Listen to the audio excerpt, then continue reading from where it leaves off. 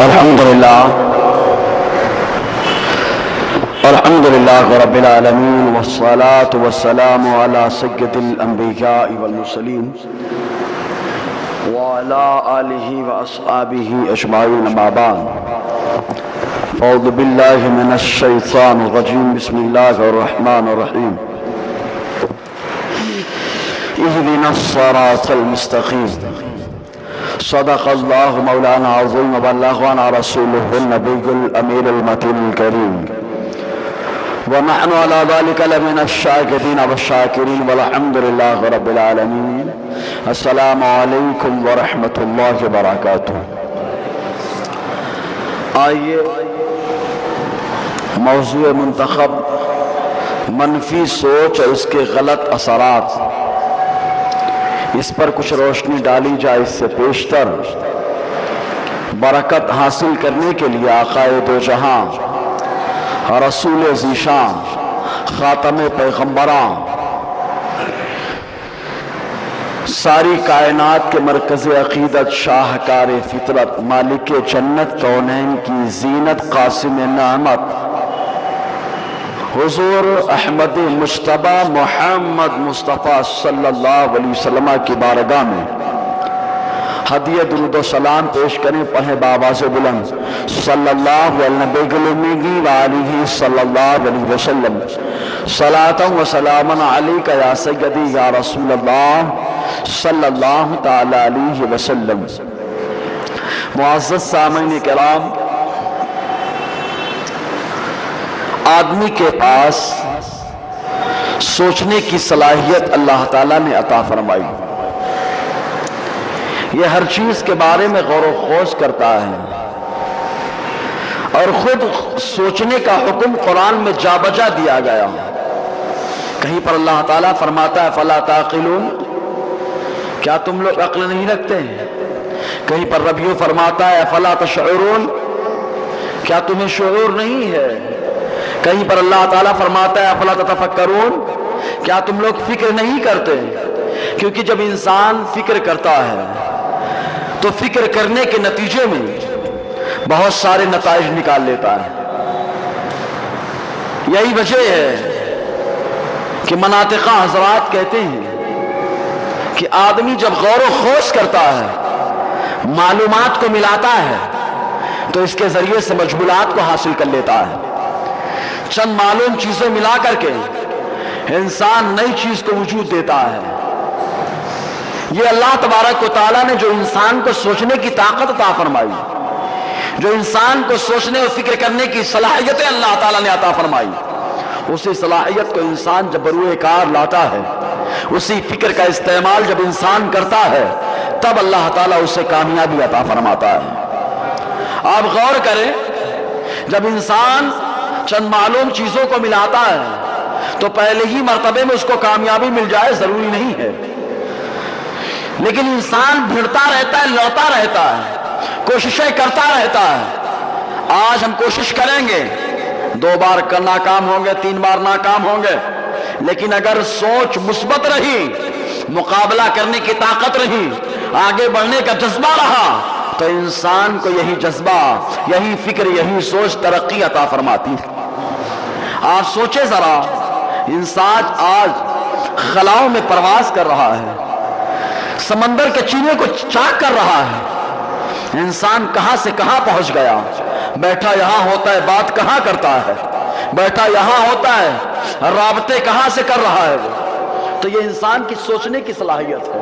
اگر انسان اپنی منفی سوچ کی وجہ سے، نگیٹو سوچ کی وجہ سے انسان تنزلی کی طرف جاتا ہے، اور جو آدمی ترقی کرنا چاہتا ہے اس کو اپنی منفی سوچ کو بدلنا پڑے گا، اس کو اپنی مثبت انداز کو اپنانا پڑے گا، مثبت پہلو پہ جانا پڑے گا، مقابلہ کرنا پڑے گا، آگے بڑھنا پڑے گا۔ اگرچہ ناکامی اس کو ملے تب بھی اس کو مقابلہ کرتے رہنا ہے، جہد مسلسل کرتے رہنا ہے، سعی پہم کرتے رہنا ہے، تب اللہ تعالیٰ اس کو کامیابی سے ہمکنار پر بڑھتا ہے، تب جا کر اس کو کامیابی ملتی ہے۔ اب آدمی سوچ لے کہ ہم کریں گے، ہم سے نہیں ہو سکے گا، ہم سے نہیں ہو سکے گا۔ ارے ترقی کرنے والا کون؟ انسانی تو ہے۔ پہلے ہر چیز کا امام مسلمان ہوتا تھا، ہر چیز کا پیدا کرنے والا مسلمان ہوتا تھا. آج مسلمان کھا رہا ہے، پی رہا ہے، جی رہا ہے، بس اتنا آتا ہے اس کو. ترقی کرنے کی سوچ اس کی مفقود ہو گئی، ختم ہو گئی ہے. دنیا کو مسخر کرنے کی جو صلاحیت ہے اس کے اندر اللہ نے رکھی ہے. حاکم بنا کر اللہ تعالیٰ نے مسلمانوں کو بنایا ہے. مسلمانوں کو اللہ تعالیٰ نے حاکم بنا کر کے بھیجا ہے. یہ محکوم قوم ہو گئی ہے. آقا بن کر مسلمان رہنا جانتا ہے، کیونکہ عدل و انصاف کا جو نظریہ اسلام کا ہے یہ نظریہ کہیں اور نہیں پایا جاتا. یہ اسلام کی سوچ ہے. تو منفی سوچ آدمی کی زندگی کو برباد کر دیتی ہے، اور مثبت پہلو، مثبت سوچ آدمی کو ترقی عطا فرماتی ہے. یاد رکھیں، ترقی کے لیے چند اسباب ہے. ان میں سے سب سے پہلا سبب مثبت سوچ ہونی چاہیے.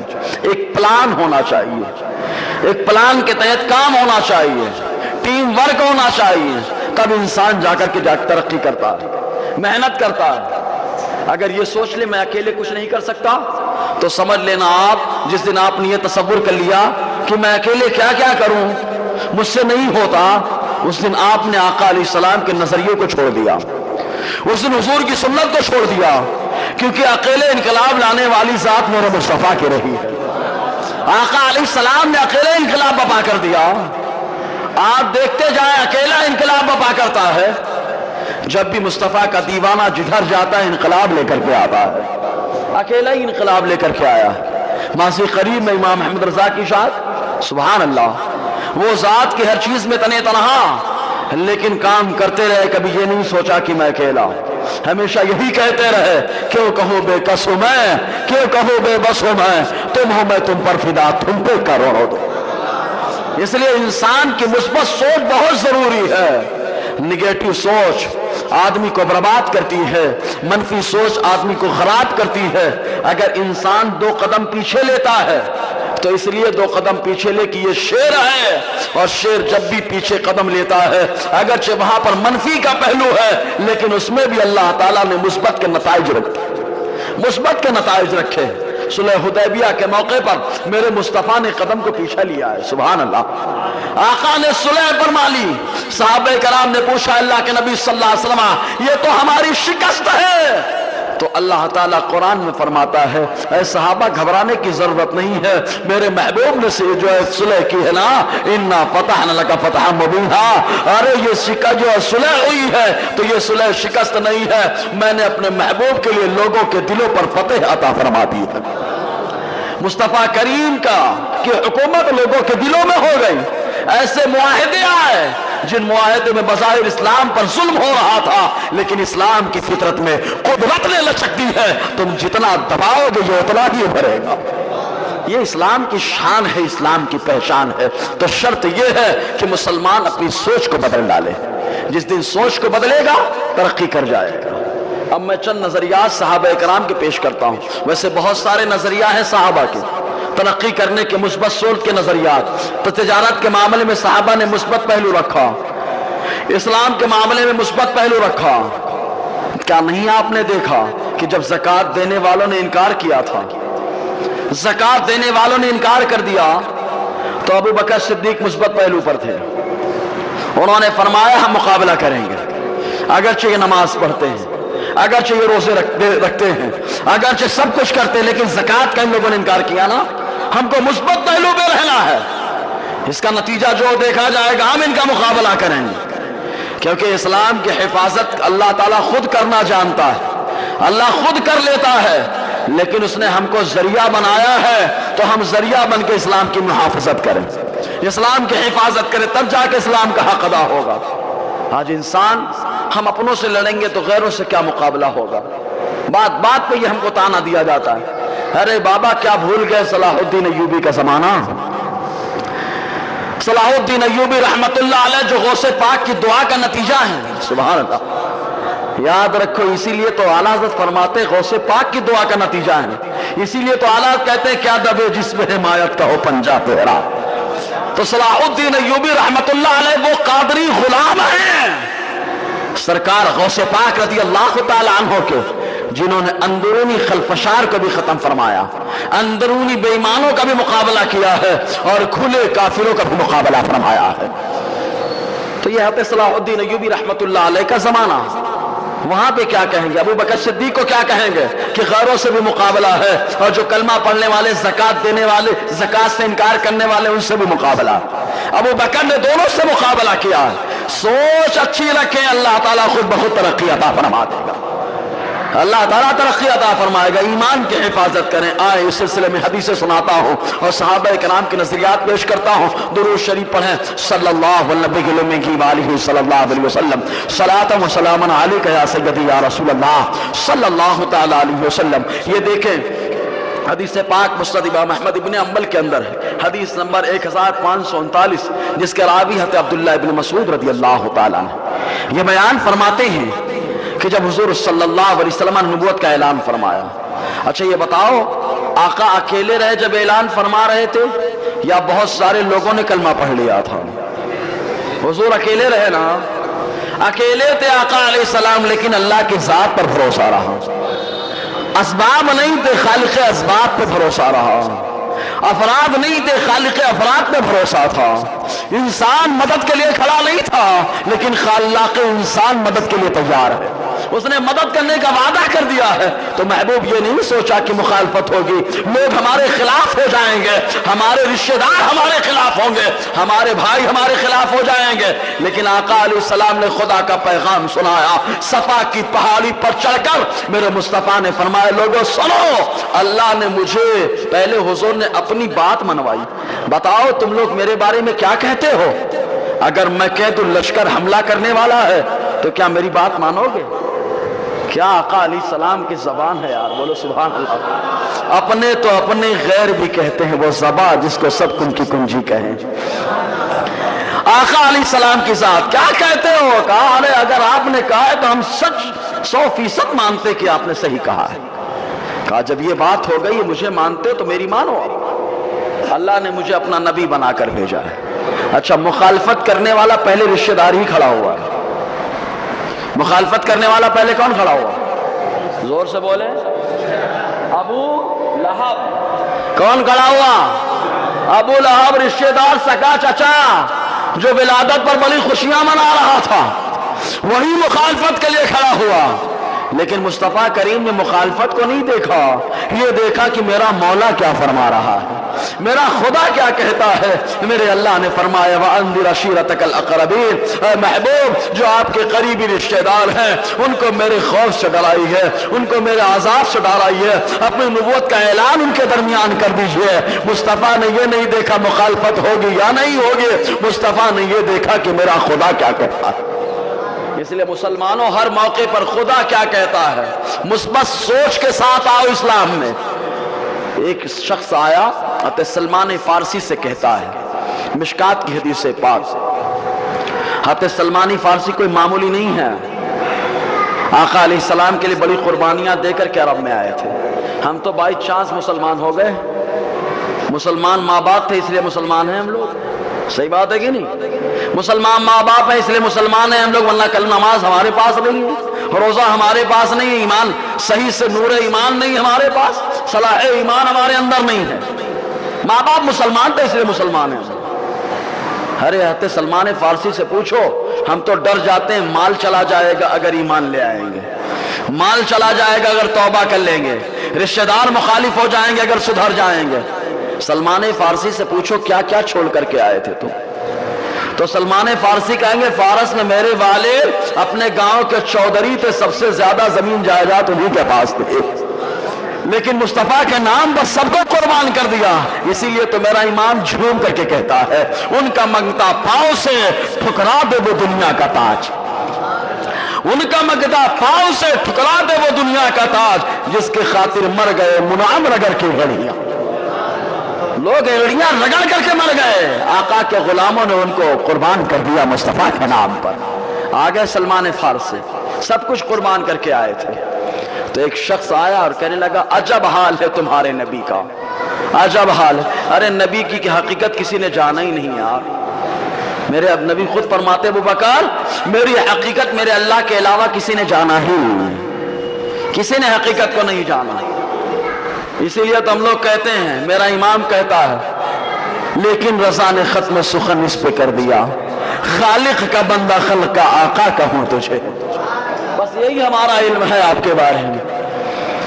پھر کہا آپ کے نبی کا عجب حال ہے، جب پیشاب کرنے کا جو طریقہ ہے نا وہ بھی تم لوگوں کو سکھاتے ہیں کہ ایسے پیشاب کرنا، ہم لوگوں کو معلوم بھی نہیں ہے کیسے کرنا، کعبہ کی طرف لگائیں پیشاب کر رہے ہیں، آقا نے وہ بھی سکھا دیا ہے کہ پیشاب کیسے کرنا ہے، 2 نمبر کے لیے کیسے بیٹھنا ہے۔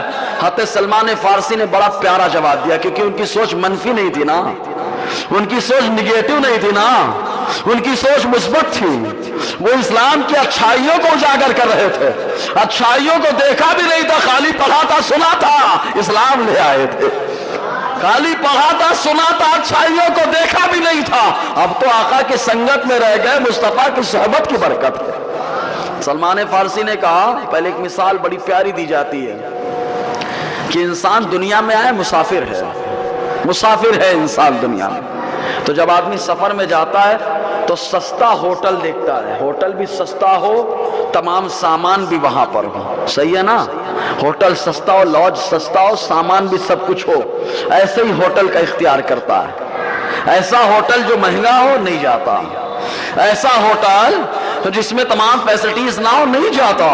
تو سلمان فارسی نے بڑا پیارا جواب دیا، ارے ہم کو ہمارے نبی نے کسی کا محتاج نہیں بنایا، ہر کام ہمارے نبی نے ہم کو سکھا دیا ہے، اگر تم کو سیکھنا ہے تم بھی آ جاؤ۔ کیا سوچتے ہوتے سلمان فارسی کی، سوچو پیارے، آج مسلمان ہو کر کے اسلام میں خامی نکالتا ہے، بولے اسلام کی باریک باریک باتیں عمل کیسے ہو، ارے کیا باریک باتیں، کھانا تم کھاتے ہو، کھانے کا طریقہ مصطفیٰ نے بتایا، پانی تم پیتے ہو، پینے کا طریقہ مصطفیٰ نے بتایا۔ افسوس یہ ہوتا ہے کہ ابھی آج چاند نکلنے والا ہے نا بقرعید کا، تو چاند نکلنے والا ہے، کچھ لوگ بولیں گے یار جب تک قربانی نہ ہو جائے تب تک کاٹ نہیں سکتے ہیں، تو ایک مستحب کے لیے حرام کام کا ارتکاب ہوتا ہے، کچھ سمجھے گی نہیں، بولے 10 دن تو نہیں کاٹ سکتے، لاؤ آج کاٹ لیں، یہ داڑھی، ارے اس داڑھی کو ہم کہتے ہیں ہماری گاڑی کمائی یہی ہے یار، یہی ہماری پونجی ہے، اصل عبادت ہے، کیونکہ شہید ایک بار مرتا ہے اور اللہ تعالیٰ اس کو ہمیشہ کی زندگی عطا فرماتا ہے، اور جو مصطفیٰ کی سنتوں پہ عمل کرتا ہے اللہ تعالیٰ ہر لمحہ اس کو شہادت کا ثواب عطا فرماتا ہے، کیونکہ ہر لمحہ وہ مقابلہ کرتا ہے غیروں سے، تو یہ ہماری شان ہے، ہماری پہچان، ہمارا شعار۔ تو مسلمانوں کی سوچ کیا ہو گئی؟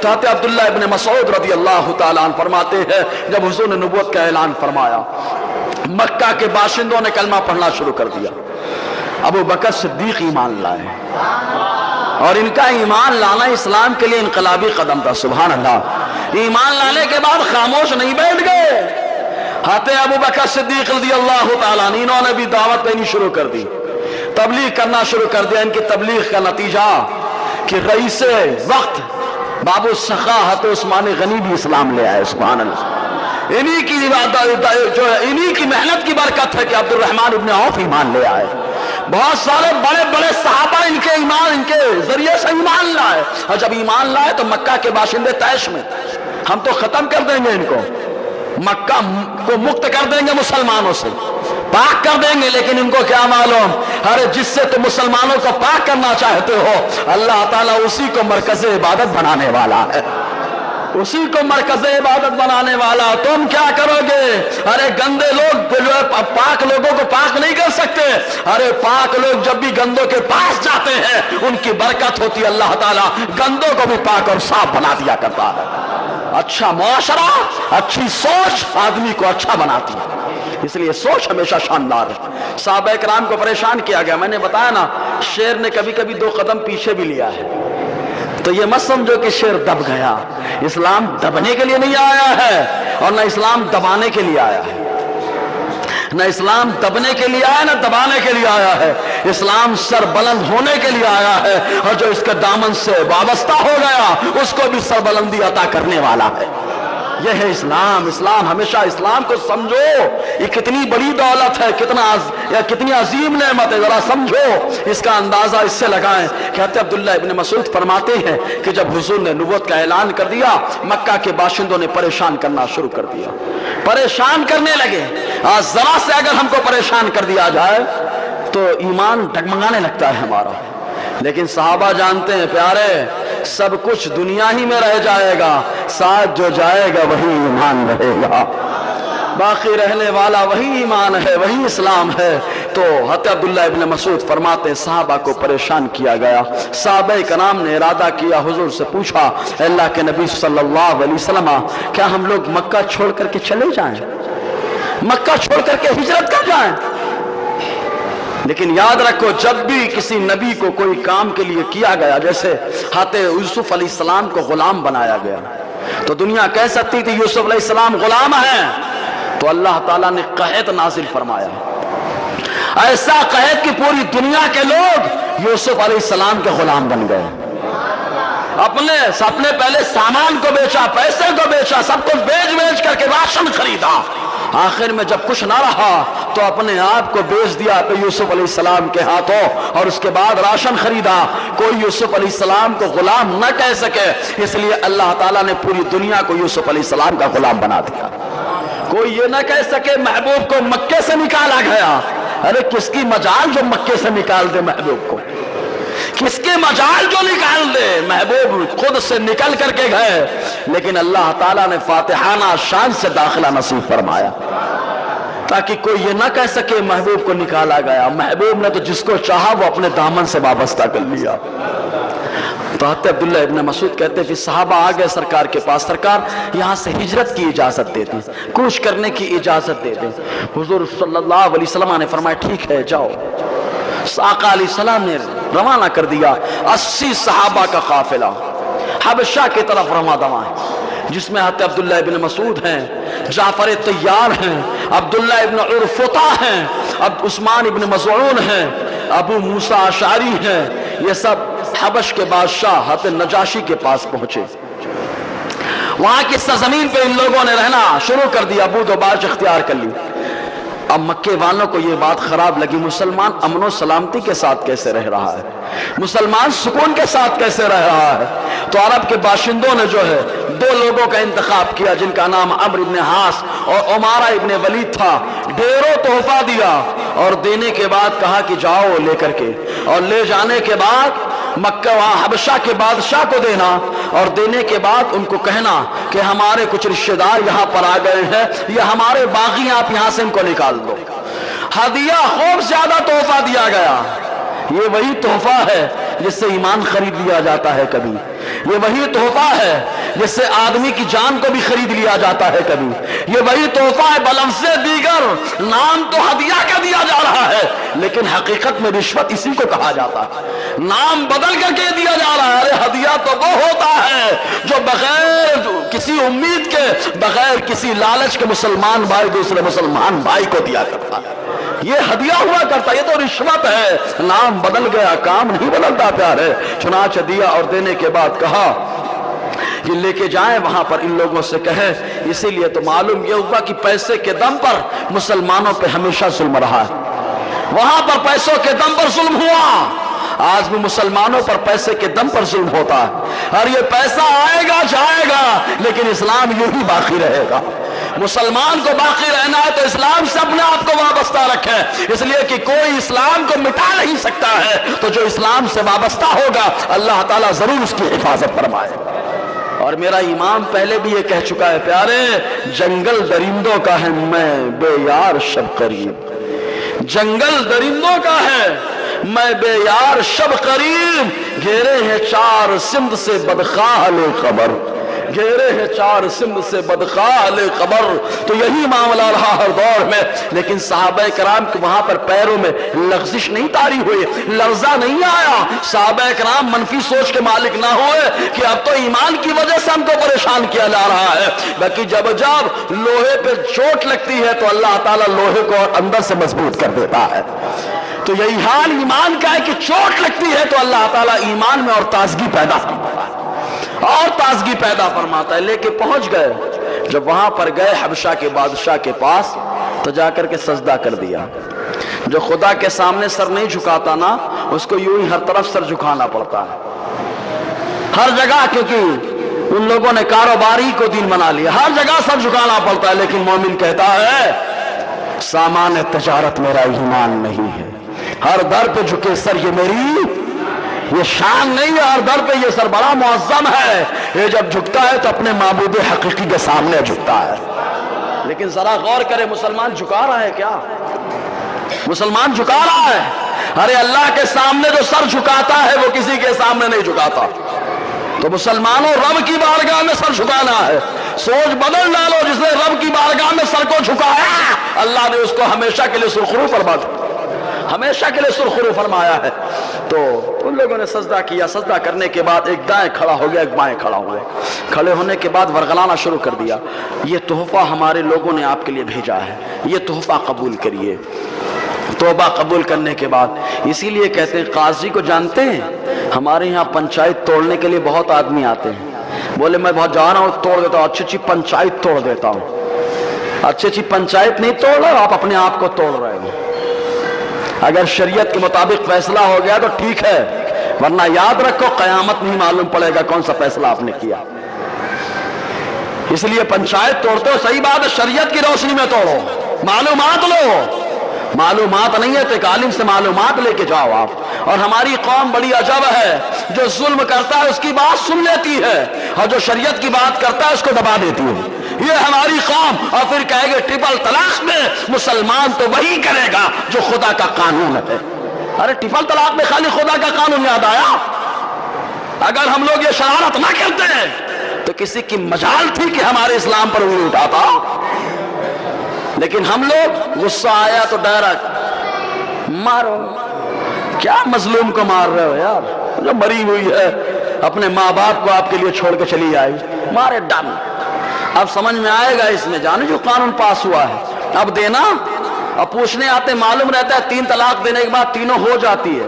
پھر بعد میں پوچھتے مولانا صاحب ہوئی کہ نہیں ہوئی.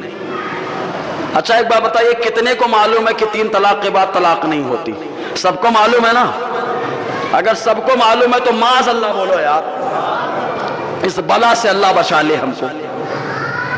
طلاق ہمارے لیے رحمت کا ذریعہ تھا کہ عورت اگر ظلم کر رہی ہے، عورت پہ ظلم ہو رہا ہے تو نجات حاصل کرے. ہم نے تو ایک طلاق کو کھلواڑ بنا دیا. سوچ ہماری کیا ہوگی. بعد میں آ کے پوچھتے ہوئی کہ نہیں حضرت؟ اب حضرت بتائیں ہاں ہو گئی. پہلے نہیں پوچھ پا رہے تھے آپ. اچھا امام صاحب ہو گئی ہے تو کوئی ترکیب ہے؟ میرے بچے چھوٹے چھوٹے ہیں، بوڑھے ماں باپ ہیں، کوئی دیکھنے والا نہیں ہے. بڑی چپکے سے بات کریں گے. ایسا لگتا ہے سارا ظلم ان کے اوپر ہو گیا ہے، لگتا ہے ڈنڈوں سے ان کو مارا ہے کسی نے. امام صاحب اب کچھ کریے. امام صاحب کیا کریں یار؟ فل مرڈر کرنے کے بعد کوئی ڈاکٹر نہیں بچاتا، کوئی ڈاکٹر نہیں بچاتا. پہلے آ کے پوچھتے آپ کہ جب غصہ تھا امام صاحب بہت میری بیوی منہ چلاتی ہے، کیا کروں کہ معاملہ حل ہو جائے؟ تب عالم صاحب کہتے پیارے گھبرانے کی ضرورت نہیں ہے، اسلام نے مردوں پر بھی رحمت کی ہے جیسے اللہ تعالیٰ نے عورتوں پر رحمت فرمائی ہے. اس لیے ٹینشن لینے کی ضرورت نہیں. اور طریقہ میں تم کو بتاتا ہوں. پہلے آ کے پوچھو. اب اگر 3 دے دیے نا، عورت بھی پھنسے گی، مرد بھی پھنسے گا. مرد یوں پھنسے گا کہ 3 سال جا کے سڑے گا. 3 سال کیا کرے گا؟ سڑے گا. کوئی پوچھنے والا نہیں ہے، کوئی پوچھنے بغیر ضمانت کے جا کے سڑو. اور عورت 3 سال تک مانے گا طلاق ہی نہیں ہوئی. اب کون کھلائے گا اس کو کما کے؟ کون کھلائے گا اس کو کما کے؟ وہ الگ پھنسی ہوئی ہے. اس لیے پیارے اللہ تبارک و تعالی مسلمانوں کو اسلام کی سوچ عطا فرمائے، اسلام پر عمل کرنے کا جذبہ عطا فرمائے. ہم لوگ اگر اسلام پہ عمل کرتے رہے، لاکھ بل پاس ہوتے رہے، ہم کو کوئی فرق نہیں پڑتا. ہم تو وہی کرنے والے جو میرے مصطفیٰ نے فرمایا ہے، جو میرے خدا نے ہمارے آقا پہ کلام نازل فرمایا ہے، اسی پر عمل کریں گے. مسلمانوں اگر ہماری سوچ یہ ہو گئی تو کسی قوم کو انگلی اٹھانے کی ضرورت نہیں ہے. اس لیے کہ اسلام کے اندر اتنی اچھائیاں ہیں کہ غیروں نے اسلام کی اچھائیوں کو دیکھ کر کے کلمہ پڑھ لیا ہے. سمجھ رہے کہ نہیں؟ بہرحال تو وہاں گئے صحابہ، لغزش نہیں آئی، کوئی گھبراہٹ نہیں ہوئی. ورغلایا تو کہا ٹھیک ہے پہلے میں ان لوگوں کو بلاؤں گا، بات کروں گا، اس کے بعد جو ہے نا تمہاری بات سنی جائے. بلایا. اب 80 صحابہ تھے، کون بات کرے؟ ہمارے یہاں تو کوئی بھی بڑھتا نہیں بات کرنے کے لیے. کون بڑھے گا؟ کس پہ مصیبت آئے گی؟ کون جا کے سامنا کرے گا برائیوں کا؟ ارے پیارے آپ کو قوم کا رہنما بنایا جا رہا ہے. آپ بھی سوچ لینا، قوم کا رہنما آپ کو بنایا گیا. قوم نے بڑے ارمان سے بنایا ہے، بڑے جذبات تھے قوم کے، بڑی امیدیں وابستہ تھی قوم کی. خدا نے آپ کو قوم کا حاکم بنایا. روز محشر سمجھ میں آئے گا پیارے کہ قوم کا حاکم کون ہوتا ہے. قوم کا حاکم کیا ہوتا ہے؟ مسلمان اگر حاکم بنا ہے تو ابو بکر صدیق کا طریقہ اپنائے, عمر فاروق جیسا جذبہ اپنائے, حضرت عثمان غنی جیسا جذبہ آتا ہے, وہ باب العلم حضرت علی جیسا جذبہ آتا ہے. فرمایا اللہ تعالیٰ ان کو اور وہ لوگ خود اس پر عمل کریں. ارے وہ حاکم وہ ہوتا ہے, مسلمان کا قائد وہ ہوتا ہے کہ گھر کا گھر اسلام کے نام پر قربان کر دیتا ہے. کیا کربلا کا واقعہ نہیں بتاتا یہ سب ہم کو؟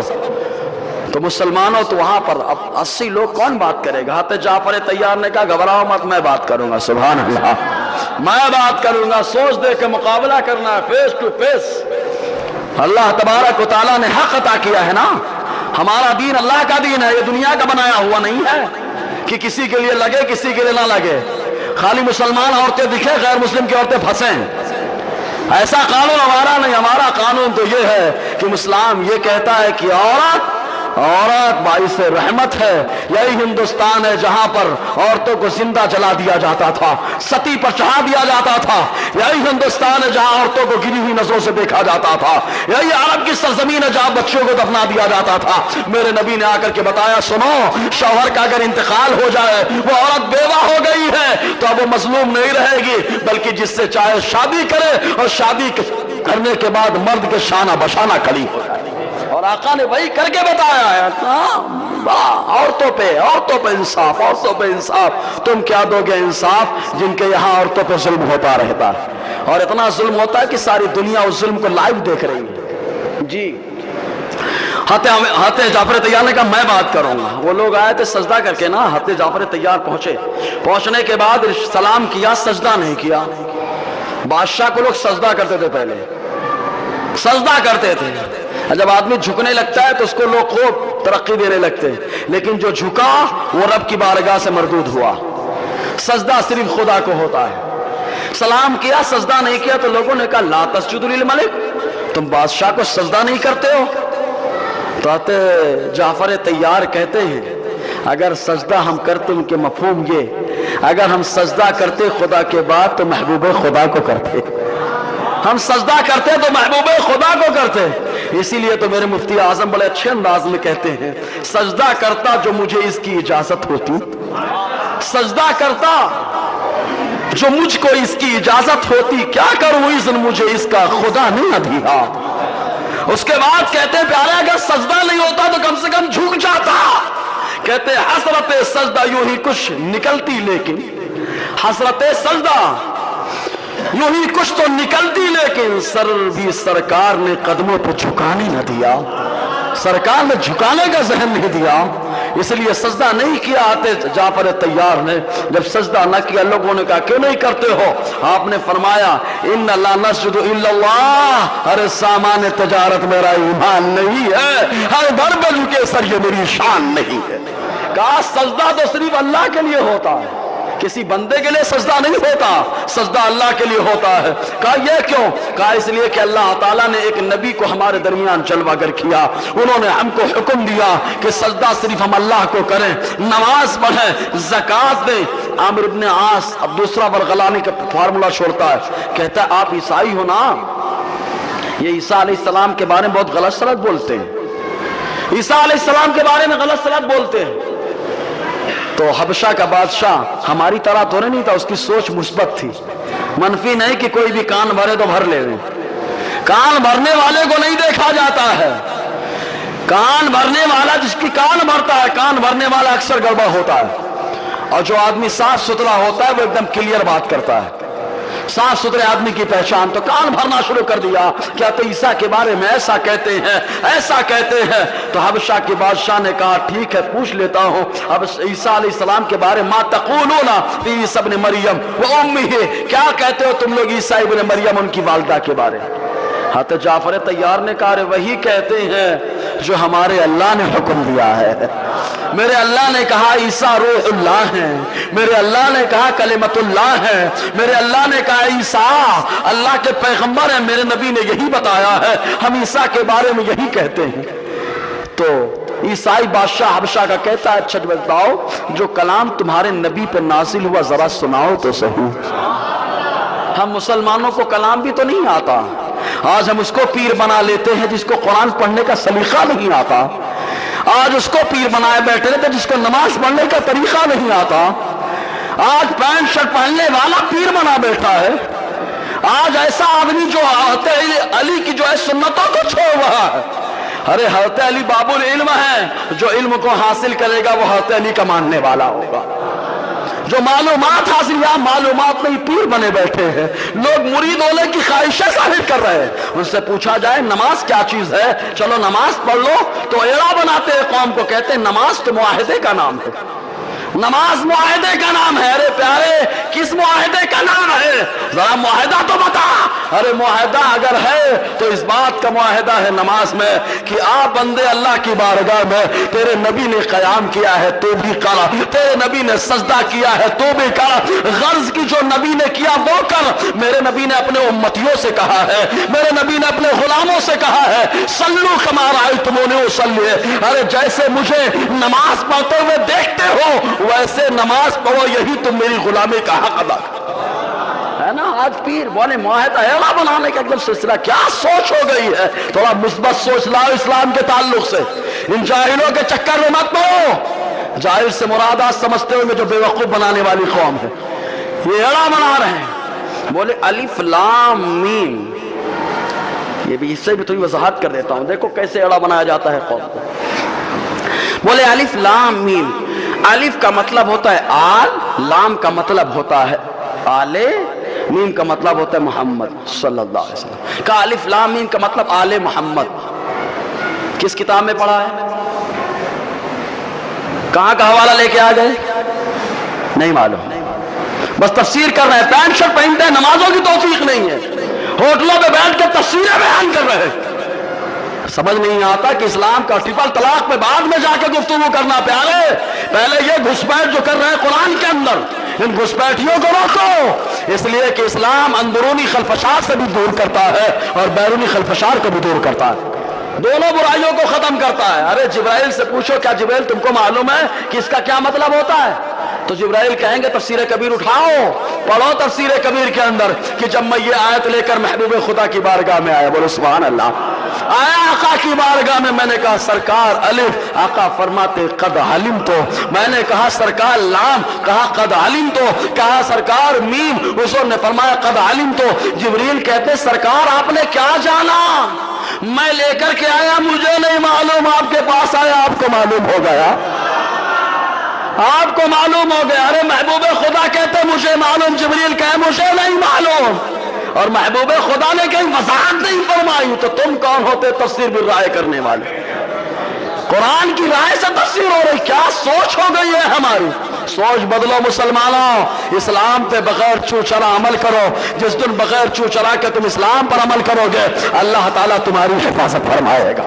تم اسلام کی حفاظت کرو، اللہ تمہاری حفاظت کرے گا. اسلام بہت آسان ہے. آقا فرماتے دین بڑا آسان ہے. دین کیا ہے؟ بڑا آسان ہے. پیارے دین کو آسان بناؤ، کیوں سخت بنانے کے چکر میں پڑے ہو؟ پیارے آقا علیہ السلام نے فرمایا جو اس پر عمل کرو. حضرت جعفر طیار سے کہا کیا کلام نازل ہوا؟ ذرا سناؤ تو صحیح. آج کے اگر ان پیروں سے کہہ دیا جائے ذرا سناؤ تو ان کو تو مخرج بھی نہیں آتا، نہ ہاں نکال پاتے نہ ہاں. جن کو ذال اور زا میں فرق نہیں معلوم وہ پیر بنے بیٹھے ہیں. جن کو قرآن پڑھنے کا سلیقہ نہیں معلوم، نماز کے فرائض ان سے پوچھو نہیں معلوم، دعائے قنوت سنو قیامت آ جائے گی. سوچ کیا ہو گئی ہے مسلمانوں کی؟ غلط سوچ کی وجہ سے مسلمان برباد ہو رہا ہے، غلط لوگوں کے ہتھے چڑھ گیا. اس لیے آقا علیہ السلام نے فرمایا اذا وسد الامر الى غیر اہلہ فانتظر الساعہ. جب معاملہ نااہلوں کے ہاتھ میں پہنچ جائے تو پیارے پھر تو قیامت کا انتظار کرنا، قیامت کا انتظار کرنا. نااہل جب بھی اپنے ہاتھ میں باغ ڈور لے گا آپ لوگ خود اندازہ لگا سکتے ہیں. نااہل جب سے بیٹھے ہیں کرسی پر تب سے قیامت ہندوستان پہ آ رہی. کیا حالات ہیں ہندوستان کے؟ اس لیے نااہل ہمیشہ نقصان کرتا ہے. اہل والا جب ہوتا ہے تو اہل والے کو اظہار کرنا چاہیے. حضرت یوسف علیہ السلام سے کہا گیا آج قحط کا زمانہ ہے، عزیز مصر کا انتقال ہو گیا ہے، اب کس کو عزیز مصر بنایا جائے؟ حضرت یوسف علیہ السلام نے کہا میں عزیز مصر اور بادشاہ بنانے کا زیادہ حقدار ہوں. سبحان اللہ. آپ خود بادشاہ بنے. یہ ہے علم کا معاملہ، کہیں پر اظہار ہے، کہیں پہ تواضع انکساری ہے۔ تو کہا سناؤ قرآن جو نازل ہوا۔ اب قرآن سنائیں، ہم لوگ تو قرآن سنتے بھی نہیں نا، قرآن خوانی نہیں ہوتی تو قرآن پڑھتے بھی نہیں، اور اگر بچوں کو ہم لوگ مخرج کے ساتھ قرآن پڑھاتے بولے پیچھے کر دیے، ہے نا، بولے پیچھے کر دیے۔ ایک بات بتاؤ، مثال دو، آپ کا گھر بنا، مثال خالی سمجھانے کے لیے، گھر بنا خراب بن گیا تو آپ کیا کرو گے؟ اس کو توڑ کے دوبارہ بناؤ گے کہ ویسے ہی رہنے دو گے؟ زور سے بولیے یار، معلوم ہے اوپر عمارت ڈالنا ہے تو نیچے مضبوط نہیں، پہیا بھرنے تو کیا کرو گے آپ؟ نیچے سے مضبوط کرو گے۔ اگر توڑ کر کے بنائیں گے تو کیا کہیں گے؟ پیچھے کر دیا آپ نے مجھے۔ ارے پیچھے نہیں کیا ہے پیارے، تو سمجھ رہا ہے اس کو تنزلی، لیکن تیری بنیاد کو مضبوط کر دیا ہے ہم نے۔ تو ایسے ہی اگر کوئی عالم پیچھے کر کے مخرج صحیح کراتا ہے تو وہ پیچھے نہیں کر رہا ہے پیارے، آپ کے بچے کو مضبوط کر رہا ہے، وہ تو مضبوط کر رہا ہے۔ حضرت جعفر طیار سے کہا سناؤ۔ حضرت جعفر طیار نے سورہ مریم پڑھنا شروع کیا۔ سبحان اللہ، سورہ مریم پڑھ رہے ہیں آپ، ادھر تلاوت کر رہے ہیں، ادھر حبشہ کا بادشاہ زار و قطار رو رہا ہے، زار و قطار رو رہا ہے، اور رونے روتے ہوئے ایک چھڑی بازو میں رکھی، اٹھایا، اٹھانے کے بعد کہا میری قوم سنو، جو میں نے انجیل کے اندر پڑھا ہے عیسیٰ علیہ السلام کے بارے میں جو آیا، تو جو اوصاف قرآن بتا رہا ہے وہ اوصاف تو میرے عیسیٰ علیہ السلام کے رہے، وہی پیغام عیسیٰ کے بارے میں رہا۔ دیکھیے مثبت سوچ نے کہاں پہنچا دیا۔ اور اس کے بعد کہا آپ لوگ جہاں چاہے رہیں، گھبرانے کی کوئی ضرورت نہیں ہے۔ سبحان اللہ، جہاں چاہے رہیں گھبرانے کی کوئی ضرورت نہیں۔ کیوں؟ اگرچہ کوئی وقتی طور پر حاکم ہو جائے، زمین تو اللہ کی ہے۔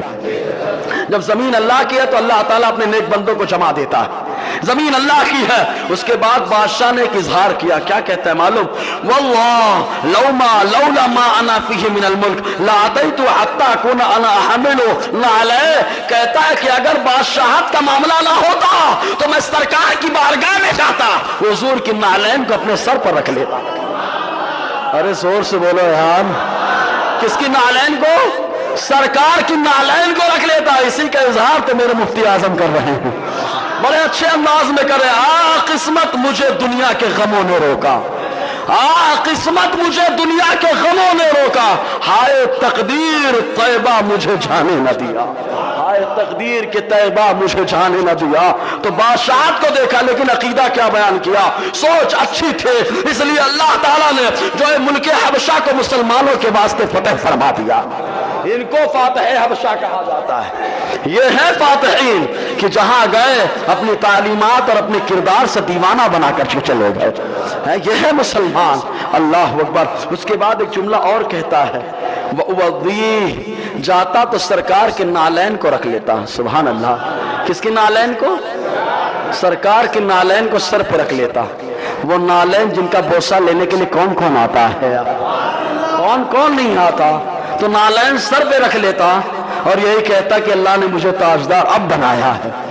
اس کے بعد کہتے میں پہنچتا تو سرکار کو اپنے ہاتھوں سے وضو کراتا۔ سبحان اللہ۔ بادشاہ وقت اسی لیے کہا جا رہا ہے نا، ان کا منگتا پاؤں سے ٹکرا دے وہ دنیا کا تاج، جس کے خاطر مر گئے منعم رگڑ کر لیا۔ اور اگر اس شعر کو مخدوم پاک پر محمول کرے تو اور مزہ آ جائے گا یار۔ ارے زور سے بولو یار۔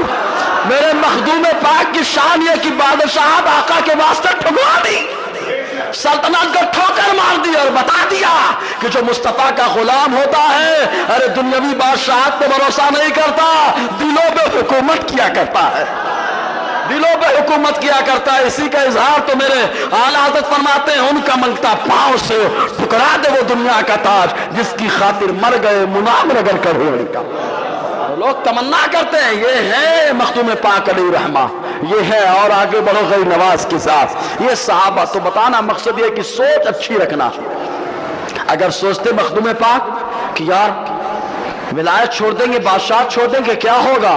لیکن ان کو معلوم ہے بادشاہت آئے گی چلی جائے گی، لیکن مولا مجھے محبوب بنا رہا ہے، یہ بنا لیا تو حقیقت میں بادشاہت عطا فرمائے گا۔ دنیا کی بھی بادشاہت ہوگی، آخرت کی بادشاہت ہوگی، اپنے بھی مانیں گے، خیر بھی مانیں گے۔ اس لیے مسلمانوں، اسلام کی تعلیمات کے بارے میں مثبت پہلو رکھنا، مثبت سوچ رکھنا، منفی سوچ آدمی کو برباد کرتی ہے۔ آدمی جو ہے منفی سوچ کی وجہ سے تباہی پر پہنچتا ہے. بہر کیا درود شریف پڑھے, آگے سلسلہ دراز ہو. صلی اللہ علیہ صلی اللہ علیہ وسلم صلاۃ و سلام علیک یا سیدی یا رسول اللہ صلی اللہ تعالی علیہ وسلم. دیکھیں ایک موقع وہ آیا کہ غزوہ احد کے موقع پر, وہ تھوڑا سا بیٹھ کے پیچھے والوں کو بھی جگہ ہو جائے, درود شریف پڑھ لے اور آگے بڑھ جائے تھوڑا سا, بعد میں چڑھا جانا اوپر, آپ لوگ آگے چلے آئے تو بعد میں پڑھ جانا. صلی اللہ علیہ صلی اللہ علیہ وسلم صلاۃ و سلام علیک یا سیدی یا رسول اللہ صلی اللہ علیہ وسلم. دیکھیے غزوہ احد کا موقع ہے. غزوہ احد سب کو معلوم ہے. غزوہ احد میں رات کے موقع پر حضور صلی اللہ علیہ وسلم نے ارشاد فرمایا. امام واقدی فرماتے ہیں کتاب المغازی کے اندر پہلا حصہ صفحہ 217, کہتے ہیں کہ حضور صلی اللہ علیہ وسلم نے عشاء کی نماز پڑھی. نماز پڑھنے کے بعد ہی سب مشورے ہوتے, نماز کے بعد مشورہ ہو رہا ہے. عشاء کی نماز آقا علیہ السلام نے پڑھی. پڑھنے کے بعد فرمایا من یحفظنا اللیل, آج کی رات ہماری حفاظت کون کرے گا. ارے حضور کی حفاظت تو اللہ کرنے والا ہے, لیکن حضور آزما رہے ہیں کون کھڑا ہوگا. سبحان اللہ, اسلام کی حفاظت اللہ کرنے والا ہے, لیکن کون کھڑا ہوگا یہ آزمایا جا رہا ہے. ہماری حفاظت کون کرے گا. ایک صحابی کھڑے ہو گئے, کہتے ہیں انا یا رسول اللہ, میں سرکار. حضور نے فرمایا من انتا, تاکہ سارے صحابہ دیکھ لیں کہ میرا دیوانہ کیسا ہے. کون ہے دیوانہ جو کھڑا ہو گیا. کہا کون. کہا سرکار زکوان ابن عبد قیس. حضور نے فرمایا بیٹھ جاؤ. سبحان اللہ. پھر سرکار نے فرمایا مَن یحفظنا اللیل, کون رات میں میری حفاظت کرے گا, ہم سب کی حفاظت کرے گا. پھر کھڑے ہو گئے. ایک صحابی کہتے انا یا رسول اللہ, سرکار میں کروں گا, سرکار میں حفاظت کروں گا. دے خدا ہمت کی یہ جان حزین, آپ پروارے وہ صورت کیجئے, ہے نا. کھڑے ہو گئے. کہا کون. کہا سرکار ابو صبا. حضور نے فرمایا اجلس, بیٹھ جاؤ. پھر کہا کون ہماری رات میں حفاظت کرے گا. پھر ایک صحابی کھڑے ہو گئے. کہا انا یا رسول اللہ. زور سے بول لو یار, انا یا رسول اللہ, میں. حضور نے فرمایا کون. کہا ابن عبد قیس. حضور نے فرمایا اجلس, بیٹھ جاؤ. بیٹھ گئے. تھوڑی دیر آقا علیہ السلام سوچتے رہے سوچتے رہے سوچتے رہے, اور حضور جب خاموش رہتے ہیں تو سمجھ لینا امت کا کچھ نہ کچھ فائدہ ہونے والا رہتا ہے. حضور کی خاموشی میں امت کا فائدہ ہے. روح کے بارے میں لوگوں نے سوال کیا, مصطفیٰ خاموش ہو گئے, قرآن کی آیت مل گئی. عائشہ صدیقہ کا ہار گم ہو گیا, مصطفیٰ خاموشی سے لیٹ گئے, اللہ نے آیت تیمم نازل فرما دی. مصطفیٰ خاموش ہوتے رب کچھ نہ کچھ عطا فرماتا ہے. آقا علیہ السلام کی خاموشی میں بہت فائدہ ہے. حضور خاموش رہے. تھوڑی دیر کے بعد حضور نے ارشاد فرمایا کس نے کہا تھا کہ حفاظت کرے گا. قوموا ثلاثتکم, تم تینوں کھڑے ہو جاؤ, تینوں کھڑے ہو جاؤ. زکوان ابن عبد قیس کھڑے ہوئے. کہا سرکار میں. حضور نے فرمایا اینا صاحبات, تمہارے دونوں ساتھی کہاں ہیں. دونوں ساتھی کہاں ہیں. بس خالی ان کی زبان سے اس کی ترجمانی میرا امام کہتا ہے. یوں کہتا ہے کیوں کہوں بے کس ہوں میں, کیوں کہوں بے بس ہوں میں ہوں میں تم ہوں میں تم پر فدا, تم پہ کرو درود. سرکار تینوں بار آپ پوچھ رہے تھے کون حفاظت کرے گا, آپ کا دیوانہ تینوں بار میں ہی کھڑا ہو رہا تھا. تو مثبت سوچ. آقا نے کہا کون ہماری حفاظت کرے گا. سوچو پیارے, محبوب تو آزما رہا ہے کون کھڑا ہوگا, کون کھڑا ہوگا. محبوب نے آزمایا, صحابہ نے قربانی دے دی ہے. تو معلوم یا مسلمانوں, آج مسلمانوں کے اوپر بہت سارے معاملات ہیں. اب ایسے موقع پر امت کی نگہبانی کون کرے گا, امت کی رکھوالی کون کرے گا, امت کی دیکھ بھال کون کرے گا. تو پیارے آج ضرورت ہے امت کی رکھوالی کرنے کی, ڈرنے کی کوئی ضرورت نہیں ہے. بن جاؤ یہ کہ اللہ فرماتا ہے جس نے کہا ربنا اللہ, ہمارا رب اللہ ہے, اس پر جمے رہے, لا خوف علیہم ولا هم يحزنون. اللہ فرماتا ہے جس نے کہا اللہ ہمارا رب ہے, ہم اسی پر جمے ہیں. اللہ فرماتا ہے دنیا اور آخرت کے ہر خوف و غم سے میں اسے نجات دے دیتا ہوں. تو دنیا و آخرت ہر خوف و غم سے نجات اللہ دیتا ہے. اس لیے سوچ بدل ڈالو. ہجومی تشدد کا معاملہ مسلمانوں میں خوف طاری, اور بہت سارے معاملہ مسلمانوں میں خوف طاری. ارے یہ مسلمان ڈرنے والی قوم نہیں ہے. ارے یہ وہ مسلمان ہے کہ اگر کوئی ڈرا ہوا ان کے پاس آتا ہے تو کہتا آپ پیارے تو ڈر کر آئے گا, لیکن تو ہماری جب سائے میں آئے گا تیرا غم اور تیرا خوف رب دور فرما دے گا. مسلمان ڈرنے والی قوم نہیں، نہ ڈرانے والی قوم. مسلمان تو اخلاق اور علم اور کردار کو عام کرنے والی قوم ہے. اپنے کردار کو عام کرو، اپنی گفتار کو عام کرو. سوچ بدلنے کی ضرورت ہے پیارے.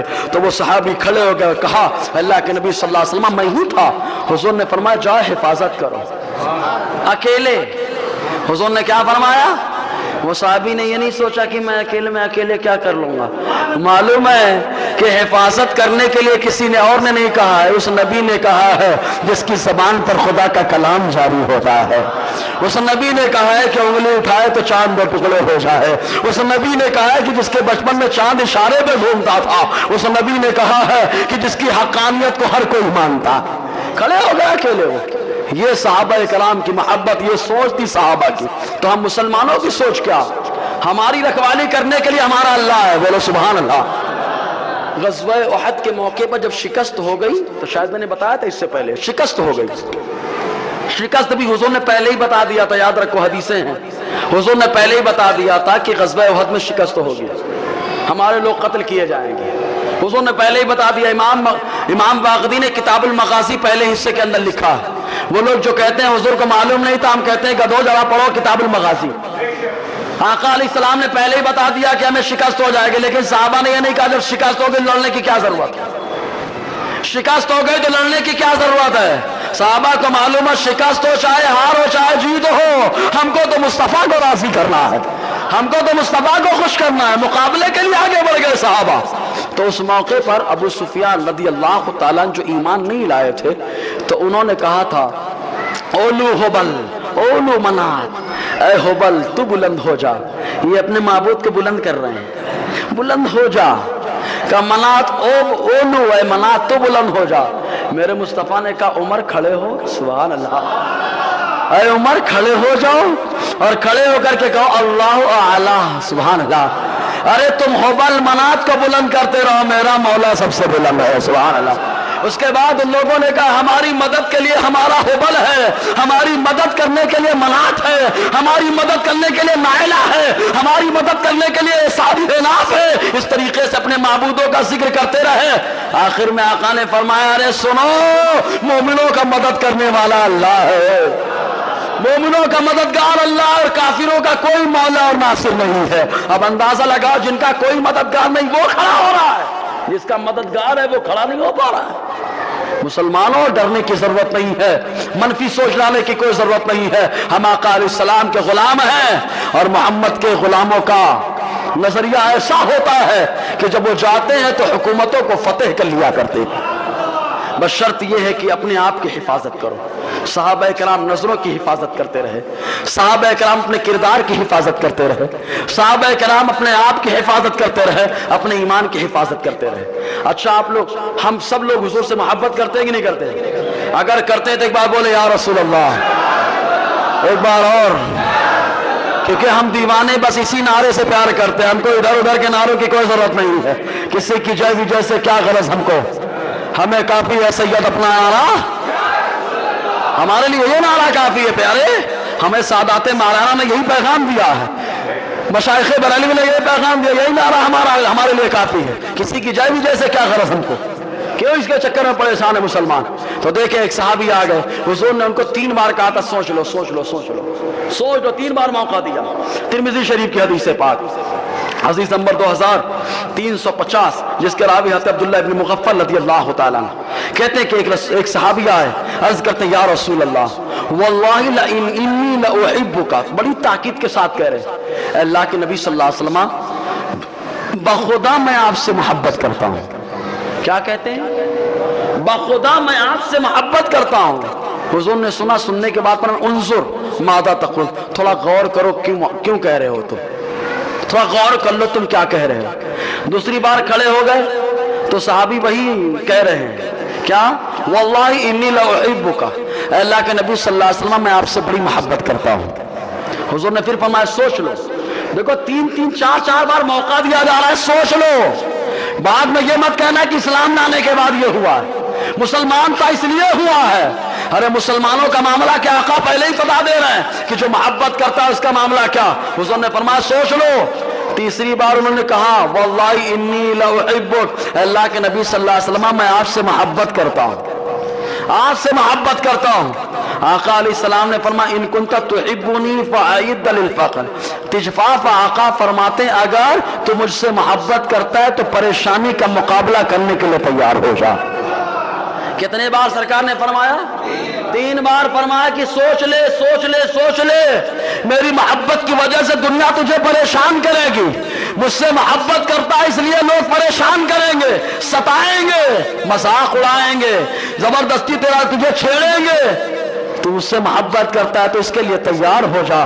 لیکن ان صحابی نے یہی کہا اے عشق تیرے صدقے، جلنے سے چھٹے سستے، جو آگ بجھا دے گی وہ آگ لگائی ہے۔ وہ صحابی بار بار یہی کہتے رہے۔ آقا علیہ السلام کی محبت جس کو ہو درد کا مزہ نازے دبا اٹھائے گی۔ حضور صلی اللہ علیہ وسلم نے فرمایا جو مجھ سے محبت کرتا ہے، ارے سیلاب بھی اتنی تیزی سے لوگوں کو اپنے چپیٹ میں نہیں لیتا جتنی تیزی سے مجھ سے محبت کرنے والوں کو مصیبت چپیٹ میں لیتی۔ تو مصیبت آتی ہے، ایمان کی حرارت ہے، لیکن ایمان کی حرارت کو باقی رکھنا یہ مسلمانوں کا طریقہ ہوگا۔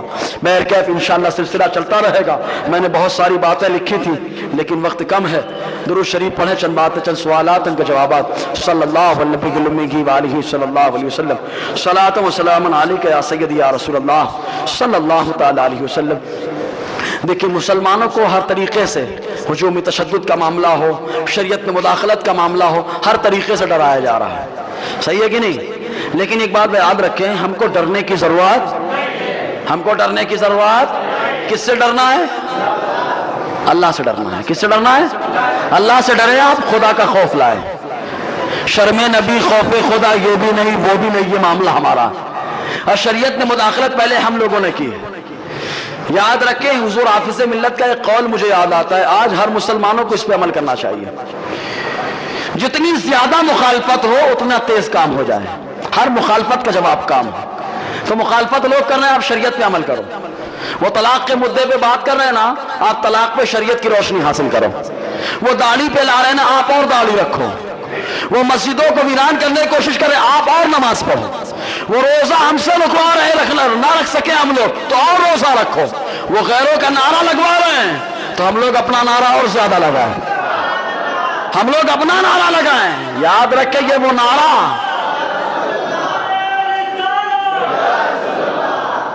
اپنا نعرہ لگائیں۔ اس نعرے سے پیارے ڈر کے لوگ بھاگ گئے ہیں۔ نعرے تکبیر کا نعرہ لگاؤ دوستو۔ جو آقا علیہ السلام اور اللہ تعالیٰ کی تکبیر کا نعرہ ایسا ہو کہ غیروں میں دہشت پیدا ہو، بلکہ میں تو کہتا ہوں دہشت بھی نہ ہو، غیروں کے اندر بھی معلوم ہو جائے خدا وہ ہے جس کا ذکر ہر لمحہ مسلمان کرتا رہتا۔ سمجھ رہے ہیں نا؟ تو ڈرنے کی ضرورت نہیں ہے، جس سے روکے اس پہ آپ اور عمل کرو۔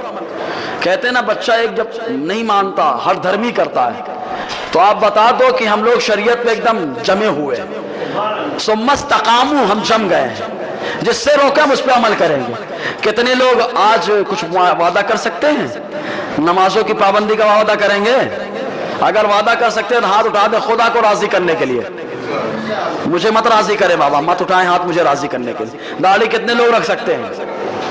شریعت پہ عمل کتنے لوگ کر سکتے ہیں؟ جس سے روکا جائے آپ اس پہ اتنا زیادہ عمل کریں، یہی ان کا جواب ہوگا۔ تم ٹھیک ہے پاس کرتے رہو، جو تم پاس کرتے رہو ہم اپنے کردار سے اسے فیل کرتے رہیں گے۔ سمجھ رہے کہ نہیں؟ مسلمانوں فیل کرنے کی ضرورت ہے ان کو۔